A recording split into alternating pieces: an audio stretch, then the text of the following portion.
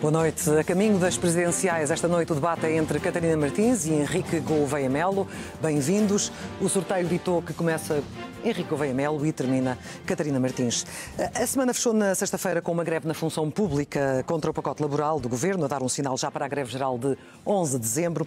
Já disse Henrique Gouveia Melo que é cedo para dizer o que fará enquanto Presidente, porque o documento ainda está em negociação, mas defende flexibilizar, garantindo um núcleo de direitos e por isso peço que seja concreto. Qual é o primeiro direito que, na sua opinião, nunca pode ser mexido? Boa noite aos portugueses. Boa noite, senhora deputada Catarina Martins. Boa noite, Clara de Sousa. Antes de responder à sua pergunta, queria dizer uma coisa muito importante neste debate. Eu e a senhora deputada temos um oceano de diferenças entre nós. A senhora deputada parece-me que vem a estas eleições de uma lógica partidária, tem um pé aqui e outro em Bruxelas, eventualmente o seu pé de recuo, olha para a Constituição da República Portuguesa de forma assimétrica, porque disse que se o Chega ganhasse as eleições, tentaria evitar a todo custo que fizesse governo, e é uma declinação sofisticada, na minha modesta opinião, do marxismo-leninismo. Eu, pelo contrário, a minha candidatura é superpartidária, independente, quero unir os portugueses. Tenho os dois pés aqui sem recuo nenhum, hipótese nenhuma. Há 45 anos que defendo a Constituição e vou continuar a defendê-la. E sou pelo mercado, pela livre iniciativa e pela propriedade privada. Henrique Gouveia Melo, esse tema vai estar em cima da mesa, mas não agora. Vamos começar por onde eu pedi que começasse. Sim. Qual é o primeiro direito que nunca pode ser mexido? E também o senhor diz que é preciso flexibilizar o mercado de trabalho. Flexibilizar significa exatamente o quê? Olha, o primeiro direito é um conjunto de direitos que tem a ver com a contratação e que protegem a parte que é a parte empregada, que são os trabalhadores. E esses direitos devem ser preservados na maior extensão possível, porque nós queremos uma economia que se desenvolva e, portanto, essa economia precisa de flexibilidade nas leis de trabalho, mas uma economia com coesão social, e não uma economia sem coesão social. Relativamente ao que se deve flexibilizar, há um conjunto de medidas que a nova economia, por exemplo, a economia digital, exigem algumas alterações, mas este Código de Trabalho foi mudado há cerca de 2 anos atrás. Portanto, parece-me a mim, e eu não quero também manifestar uma opinião, porque não quero interferir nas negociações. Mas não consegue encontrar um primeiro direito que acho que não pode, de facto, ser mexido? Não consegue nomear um? Não, o primeiro direito que não deve nunca ser mexido é o direito dos tempos que estão previstos neste momento em termos dos diversos tipos de contrato. Contrato a termo incerto, etc. Porquê? Porque isso vai precarizar... O alargamento. E mais do que precarizar. Além de precarizar, não vai contribuir para a competitividade da economia. Está assinalado. Deixa-me equilibrar com Catarina Martins. Teremos a oportunidade de falar sobre as questões da independência. Eu vou ter que responder, claro. Eu estive aqui disciplinadamente, mas eu vou responder. Mais à frente, porque teremos a oportunidade para isso. O que lhe pergunto é, a Catarina rejeita em absoluto este pacote laboral. As leis atuais respondem às necessidades de uma economia cada vez mais digital, cada vez mais desmaterializada. Ou Portugal vai perder competitividade por recusar qualquer alteração a este código? Bem, boa noite antes de mais, boa noite aos dois, boa noite a quem nos está a acompanhar. Eu vou ser muito concreta sobre o Código de Trabalho, não deixarei de responder em todo caso. Vejamos, o que é que propõe o Governo? O Governo propõe pagar menos pelas horas extraordinárias. Uma pessoa, por exemplo, trabalha 40 horas por semana, com a proposta do Governo, se trabalhar 50 horas, agora essas 10 horas são pagas como horas extraordinárias, o Governo quer acabar com isso. O que quer dizer que as pessoas que precisam das horas extraordinárias para chegar até ao fim do mês, porque o salário é curto e as contas são tão altas, não vão ter um corte de salário. O Governo propõe também que as pessoas mais jovens, que nunca tiveram um contrato de trabalho como deve ser, ou seja, um contrato de trabalho com vínculo permanente, possam estar permanentemente em contratos a prazo de empresa a empresa, como se nunca ter tido um contrato, como se ser jovem significasse que então se pode estar sempre a prazo. O que quer dizer que os jovens deste país nunca não só vão ter estabilidade no trabalho, como nem nunca têm um contrato para irem, por exemplo, ao banco, tentar comprar uma casa, que os salários são baixos e a vida ainda fica mais instável. Mas eu queria chamar a atenção para uma coisa que o Governo fez, que mostra o caminho das negociações, que é gravíssimo. Na contraproposta que o Governo apresenta ao GT, agora mais recentemente, inclui a possibilidade de quem já tem um contrato estabilizado, quem até foi progredido na sua carreira, poder baixar de posição e, portanto, baixar de salário porque o patrão quer. Ou seja, mesmo as pessoas que pensam que isto não é nada com elas, porque não precisam das horas extraordinárias para chegar ao fim do mês, ou porque, como já têm um contrato permanente, acham que estes contratos a prazo não as afetam, cuidado! O que o Governo agora pôs em cima da mesa nas negociações com o UGT foi as empresas poderem baixar um trabalhador de posição e de salário. Isto é gravíssimo. E é por isso que eu acho que quando Não é preciso mexer em nada nesta fase. É preciso mexer em muita coisa, mas não é na direção do Governo. E, quando olhamos para o futuro e para uma economia mais digital, Catarina Martins, não é preciso mexer em nada? Ou seja, temos um código virado para o futuro ou virado para o passado? Repare, sempre que nós temos um código do trabalho e um modelo de economia que, enfim, permeia os baixos salários, nós estamos a dizer que vamos ter uma economia menos qualificada, porque quer dizer que as pessoas com mais qualificação não veem aqui grande futuro. E, portanto, onde é preciso mexer, sobretudo, é precisamente no oposto do que o Governo pretende. É que os jovens deste país, os nossos filhos, enfim, toda a gente, possa querer aqui ficar e querer aqui fazer mais e sentir que aqui pode ter uma vida que tem sentido, que aquilo que andou a estudar, o que andou a fazer, o que se esforçou, serve para ter um emprego bom. E nesse aspecto acha que o seu adversário não dá resposta àquilo que é necessário para o país nesta fase? Eu acho que diz tudo o contrário. E eu queria responder uma coisa. Repare, a mim ninguém me diminui por eu ser eleita. Repare, eu sou eleita, fui eleita, tive confiança do popular, tenho escrutínio popular. E também ninguém diminui sobre as escolhas que eu faço. Eu queria deixar duas respostas muito claras sobre o que disse. Em primeiro lugar, é verdade que eu não vou passar esta campanha a falar de dar posse a um governo da extrema-direita. Era o que mais faltava. Até porque eu sei que se eu for eleita presidente, quer dizer que há uma maioria que é contra a extrema-direita nunca vai ser governo.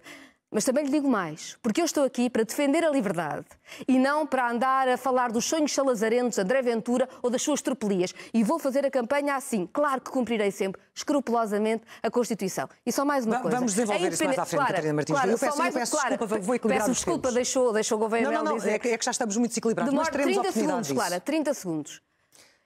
Gouveia Melo decidiu ir almoçar com André Ventura a convite do magnata.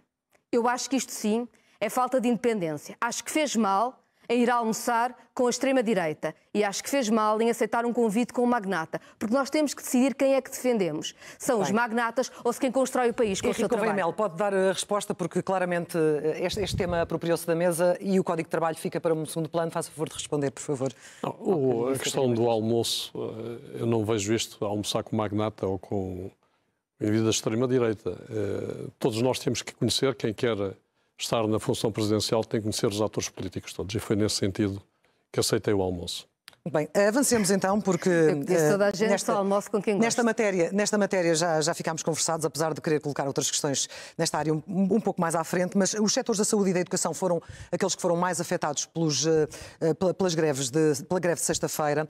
Catarina Martins, se o Estado está a falhar na saúde, se está a falhar também, por exemplo, na educação, o que é que um Presidente pode fazer, além de falar, para que tenha um impacto positivo na vida das pessoas?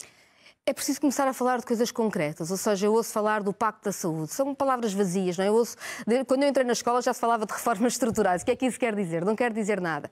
E, portanto, eu acho que um papel de um Presidente pode ser colocar os problemas de uma outra forma. Lembro, por exemplo, o que Mário Soares fez com a habitação, quando havia bairros de barracas e fez presidências abertas a falar da necessidade de habitação. Nós precisamos hoje de um Presidente que, em vez de estar a defender uma ministra que é do seu partido, tenha capacidade de falar do acesso à saúde, de como toda a gente em todo o país tem de ter acesso à saúde. Como precisamos, acho eu, de um Presidente que saiba dizer que as escolas em Portugal estão a fazer um trabalho extraordinário, com poucos meios e que precisam ter mais meios e que mostre essa realidade. Puxar pelo melhor que temos. Nós temos um país em que há gente que faz milagres todos os dias para que as coisas funcionem. E uma Presidente da República tem de ser a voz deste esforço solidário de quem constrói a comunidade. Henrique Gouveia Melo, o senhor diz que o papel de um Presidente é proteger, acompanhar, inspirar. Isso mudou o quê? Num hospital sem médicos, numa escola sem professores, junto de quem quer, enfim, encontrar uma casa e não consegue? Clara de Sousa, o Presidente não governa, e essa é uma coisa que é importante definir. Mas o Presidente pode inspirar, pode acompanhar e pode ajudar a mobilizar para soluções. O que acontece na saúde, ou o que está acontecendo na saúde, é um problema não de falta de recursos, para já, porque os recursos têm aumentado muito, mas de organização interna e de responsabilização em função dessa organização interna. Portanto, nós podemos enfiar os recursos todos neste modelo que não vamos ter os resultados que desejamos. E mais do que isso, eu como marinheiro, quando quero definir um rumo, quero saber onde é que é o destino, para poder definir esse rumo. Qual é o destino que nós queremos para o Serviço Nacional de Saúde? Isso não está claro nesta governação. E o Presidente pode ajudar a esclarecer isso, porque isso é muito importante para se perceber se quer um modelo em que o Estado, e eu defendo esse modelo, em que o Estado tem um papel essencial, até porque é um elevador social importante na sociedade, ou se quer um modelo mais híbrido, com mais espaço para a medicina privada. E o senhor o que é que defende? Eu acabei de dizer que... Mais híbrido? Eu acho que o modelo é híbrido, mas o Estado tem que garantir um SNS público de qualidade. Faz parte do nosso modelo social, um modelo social que desenvolveu a Europa, e eu defendo isso. Catarina Martins, um modelo mais híbrido na forma como colocou aqui Gouveia Melo, funcionaria ou não, na sua opinião? Repare, eu tenho dito que nós temos de pensar como mudou o país. Ou seja, quando o SNS foi construído, só os médicos é que eram a profissão mais especializada e tínhamos a população jovem. E foi preciso construir hospitais e responder a isso. Hoje temos uma população envelhecida, temos muito mais doença crónica e, felizmente, temos também, acho eu, uma enorme força, que é outras profissões da saúde altamente especializadas. E é por isso que eu acho que uma visão diferente, que acompanhasse as pessoas na comunidade, que fizesse com que os doentes crónicos estivessem sempre acompanhados, que toda a gente soubesse qual é a porta de entrada para o SNS, era muito importante. Eu acho, por exemplo, que convocar as enfermeiras, os enfermeiros, para programas de saúde na comunidade mais vastos, que se adaptassem às comunidades que são diferentes, era fundamental. O que eu proponho, sobretudo, é que possamos olhar para as questões que temos hoje de outra forma, reinventar. Não vale a pena defender o que tivemos, também não vale a pena defender que é dar dinheiro aos privados, porque eles têm ficado com muito dinheiro e não têm feito nada de jeito. Portanto, precisamos, seguramente, é de olhar para o problema de outra forma e é isso que eu me proponho fazer. Henrique Gouveia Melo, encontra pontos positivos ou mais negativos na visão de Catarina Martins para o Estado Social? Não, o problema, muitas vezes, não é o que nós desejamos no fim. É, muitas vezes, o caminho que fazemos para alcançar esse fim. E o seu caminho é muito diferente da sua adversária esta noite? E esses detalhes é que importam. Claro que todos concordamos que quem participa no Serviço Nacional de Saúde, todos os atores, são importantes e devem ser ouvidos e devem participar no modelo. No entanto, há em Portugal uma cultura de algum improviso e de falta de rigor. E nós temos que mudar isso. Se não mudarmos isso, e não é só no SNS, é no Estado todo. Se não mudarmos isso, por mais conversas que tenhamos, as coisas não vão mudar. Nós temos que mudar este país. E temos que mudar este país mudando também a cultura de como os funcionários públicos, como nós atuamos enquanto Estado. Eu acho que às vezes é bom concretizar. Por exemplo, porque é que se improvisa muito na saúde? Porque como as pessoas não têm acompanhamento, vai tudo parar às urgências. E como não há uma despesa estrutural do Estado nos próprios profissionais do SNS, depois precisa de tarefeiros para as urgências. E é por isso que quando eu proponho que se olhe os problemas de outra forma, eu digo, vamos prevenir que vá tanta gente para as urgências, por um lado, e por outro lado, garantir que os profissionais querem trabalhar no SNS e não estão só lá umas horas como tarefeiros. Para isso é preciso mexer nas carreiras, para isso é preciso ouvir as pessoas. Não se muda a cultura simplesmente dizendo que está mal. É também olhando para os melhores exemplos, para o que as pessoas sabem fazer e puxar por elas. E eu sei que os profissionais de saúde sabem muito e precisava que se lhes fosse dado mais autonomia, mais capacidade para decidirem e se calhar menos nomeações políticas e menos uma visão muito centrada no hospital e que vai pouco ter com as pessoas. Vamos equilibrar os tempos para Henrique Gouveia Melo. Olha, para fazer isso tem que se mudar a própria estrutura como nós operamos no SNS. Não podemos ter os hospitais a servir não de urgências, mas a servir de consultas. E, portanto, temos que criar outras unidades que estejam mais perto da população e distribuídas pelo território para evitar o acesso aos hospitais. Porquê é que as pessoas vão aos hospitais? Porquê é que há este excesso de recurso ao hospital? Porque as pessoas não têm dinheiro para pagar a sua saúde e recorrem aos hospitais. Portanto, nós temos é que criar um sistema mais disperso pelo território que evite isso. Portanto, que dê as consultas com sistemas de diagnóstico e não concentrar tudo nos hospitais. Isso é organização. E a organização requer uma nova aproximação do Estado. E o Estado não pode só meter recursos e esperar que as coisas aconteçam.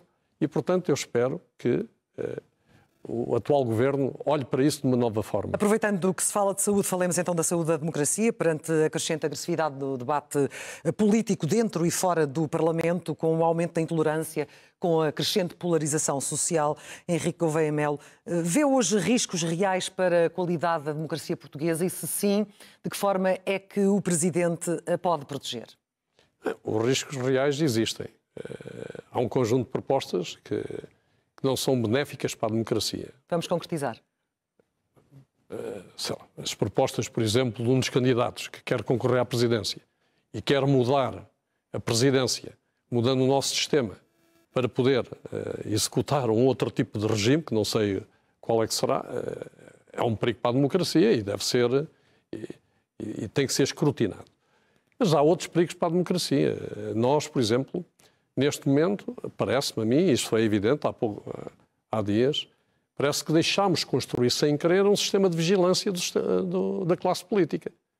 Através de escutas que não estão perfeitamente controladas e não são aquelas que são as mínimas necessárias para atingir o objetivo. Os esclarecimentos surgiram, entretanto, não o deixaram sossegado? Não me deixaram sossegado. Aliás, o nosso Presidente da República veio reforçar até basicamente o que eu tinha dito, que é não só as escutas foram feitas e agora querem-se legalizar essas escutas após terem sido feitas, e devia ter sido o contrário, como escutar políticos durante anos seguidos e ou se encontram o crime e tem que atuar-se imediatamente, ou então isso é um processo de vigilância. Um processo de vigilância que condiciona o sistema político.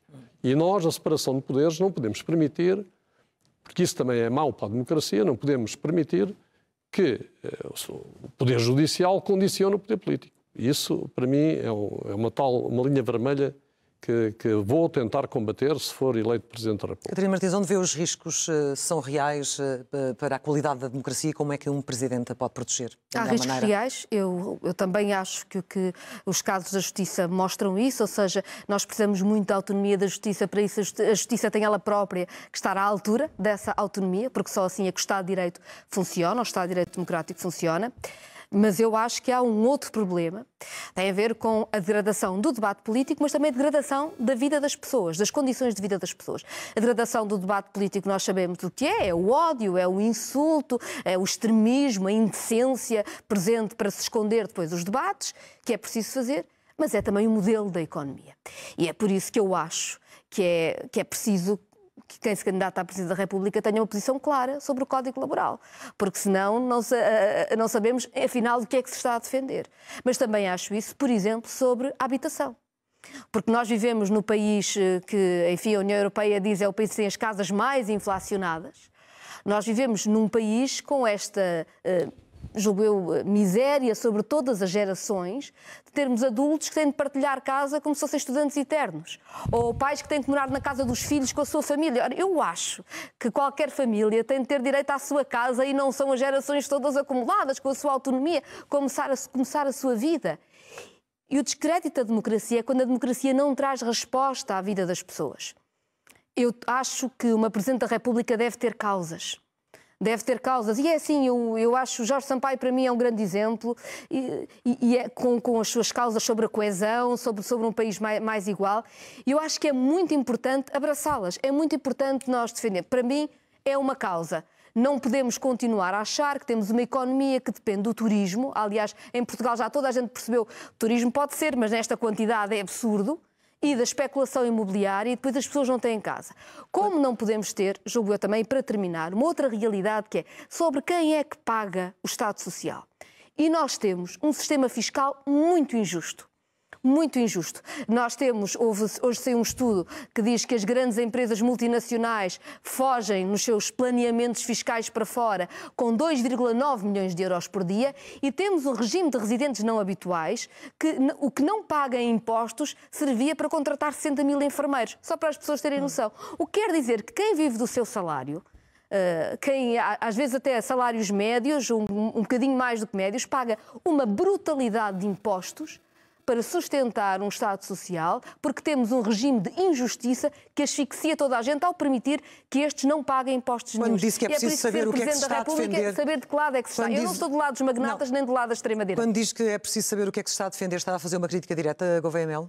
Eu registro que Gouveia Melo já teve várias opiniões sobre vários assuntos. Sobre o Estado Social já teve opinião que o Estado precisava ser mais pequeno. Aqui hoje defendeu um pouco diferente, até, enfim, com esta ideia de um Estado mais forte. Sobre o trabalho já defendeu flexibilidade, sem que eu nunca tivesse percebido, afinal, o que é que significa essa flexibilidade. Então, fala. Dois exemplos já. Enfim, tenho aqui alguma dificuldade às vezes. Sim, mas tem sido titubeante nas suas posições? Não tenho sido. Com avanços e recuos? Não tenho sido titubeante. O defender que o Estado deve ser mais eficiente e mais eficaz não significa acabar com o Estado ou reduzir o Estado, como quer a iniciativa liberal, por exemplo.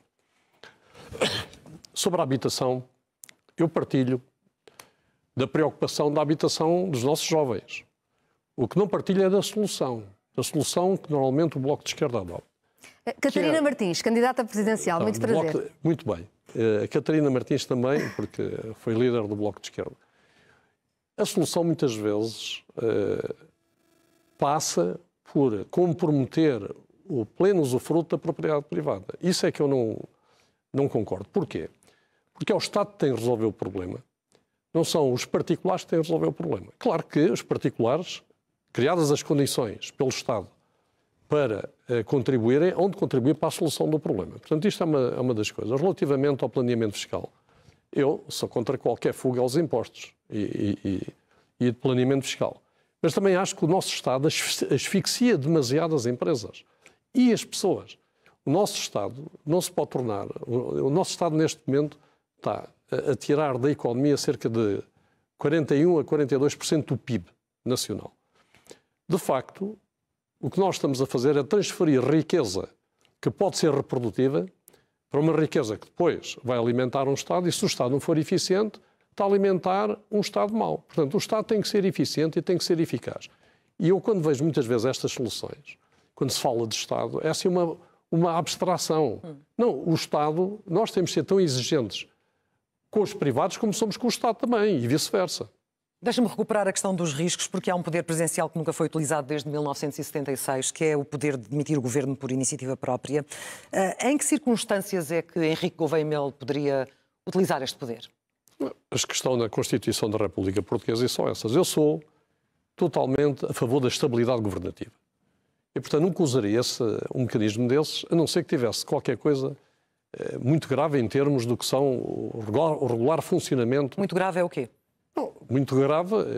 Eu até tenho dificuldade em ver como é que um governo em funções poderia fazer isso. Mas imagino que há um governo extremista que, a certa altura, usa os seus poderes para reverter a própria Constituição, não em termos formais, porque isso tinha que ser na Assembleia da República, mas na prática da Constituição e na prática dos direitos cívicos e dos direitos mais fundamentais da nossa população. Aí sim, o que estaria em causa era o não regular funcionamento das instituições democráticas. Isso faz parte da lei e da Constituição. Há pouco a Catarina Martins falava precisamente desses sinais. Em que circunstância é que admitiria recorrer a este poder?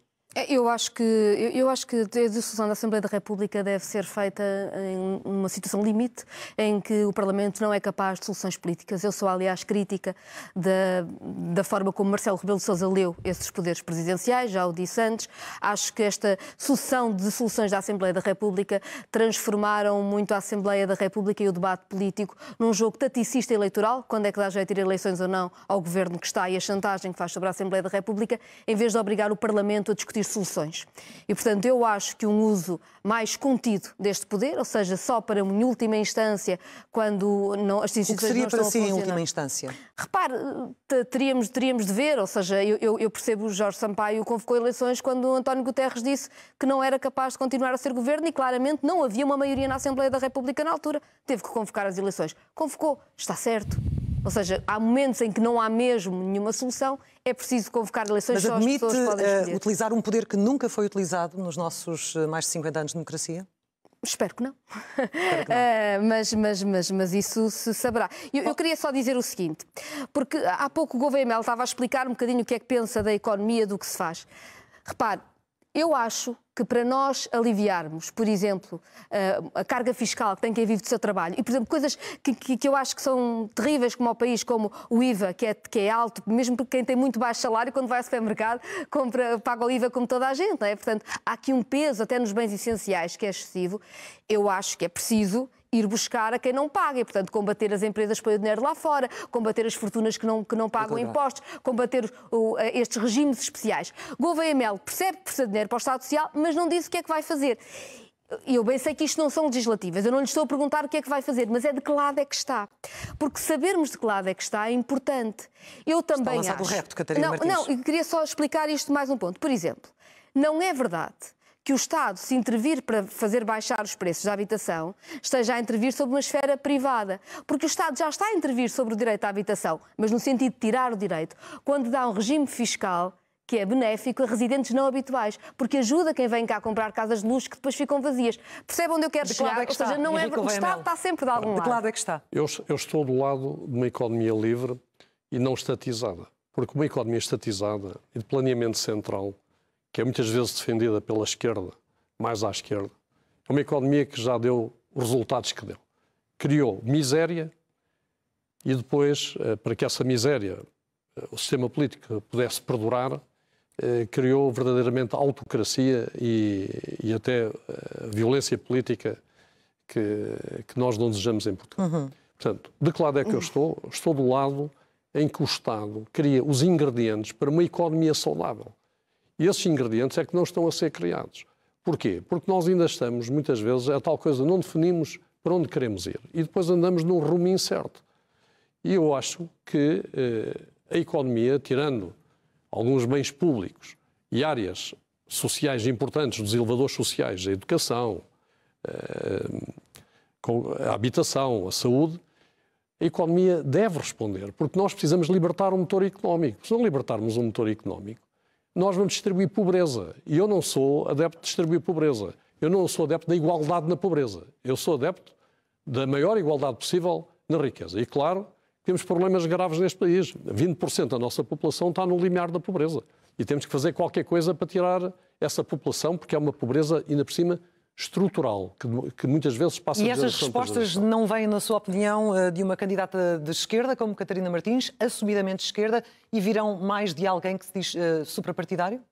Estas respostas não vêm de ideologias e de sistemas que já foram testados com maus resultados. Eu julgo que não está a falar de Portugal, pois não? Ou seja, só para eu perceber, porque eu não defendo nenhum sistema autoritário, nem nunca defendi na vida, só para estarmos claros sobre isso. O que eu estou a falar é de certas declinações do marxismo-leninismo antigo. Eu estou a falar de Portugal. Vamos falar de Portugal para as pessoas nos perceberem, mas eu acho isso importante. Eu estou a falar de Portugal porque as ideias importam. A mim andavam-me a procurar pôr do lado esquerdo ou do lado direito da barreira.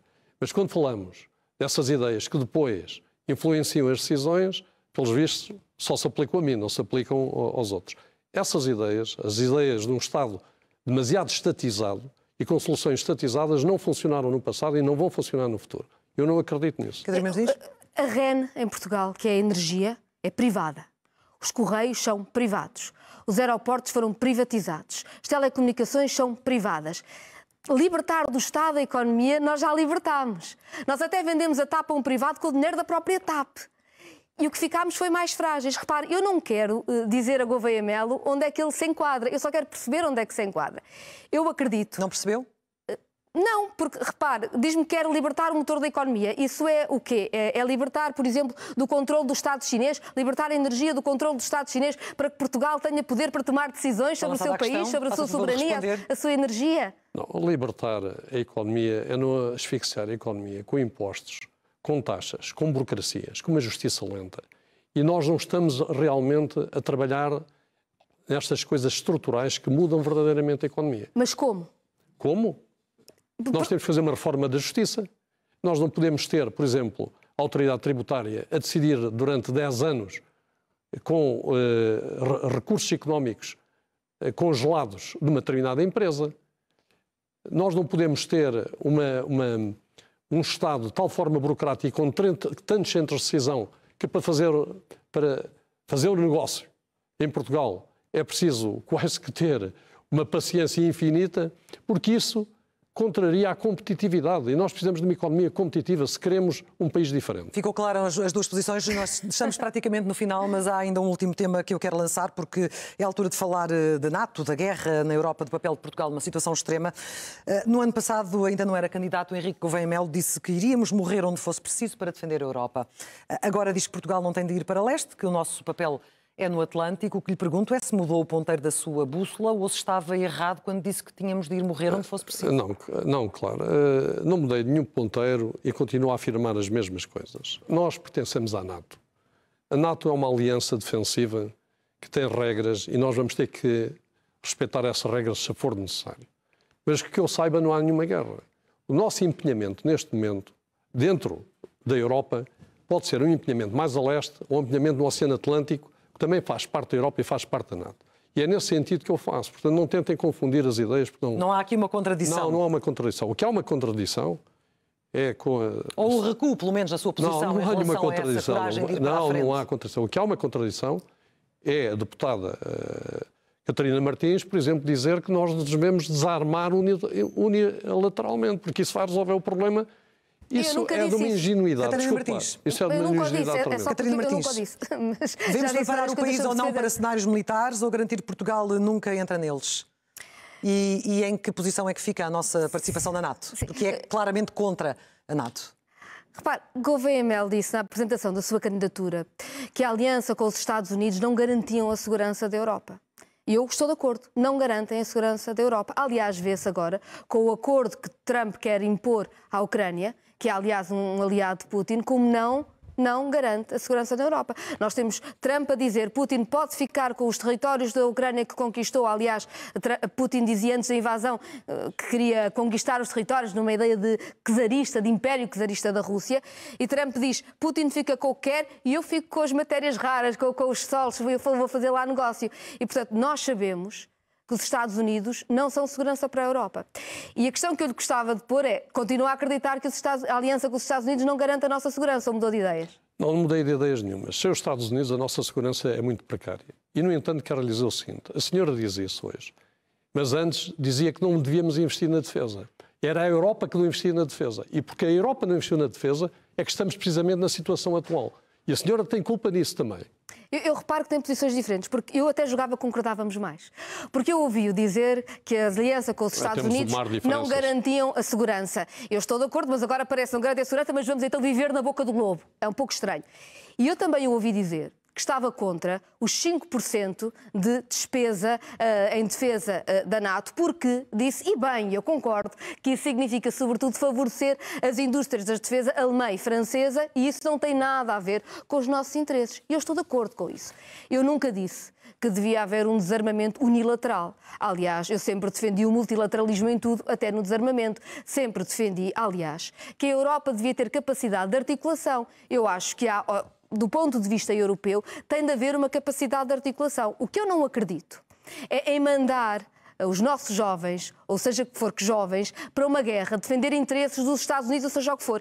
E isto tem a ver com presidenciais e eu acabo já. Eu lembro-me como Durão Barroso, o mesmo que agora que diz, se for preciso, vamos mandar soldados para a Ucrânia, quis mandar soldados portugueses para o Iraque com base numa mentira na altura. Jorge Sampaio travou isso. Eu, como Presidente da República, também a travaria. Vai ser sua, mas dou a oportunidade de resposta a Henrique Gouveia Melo.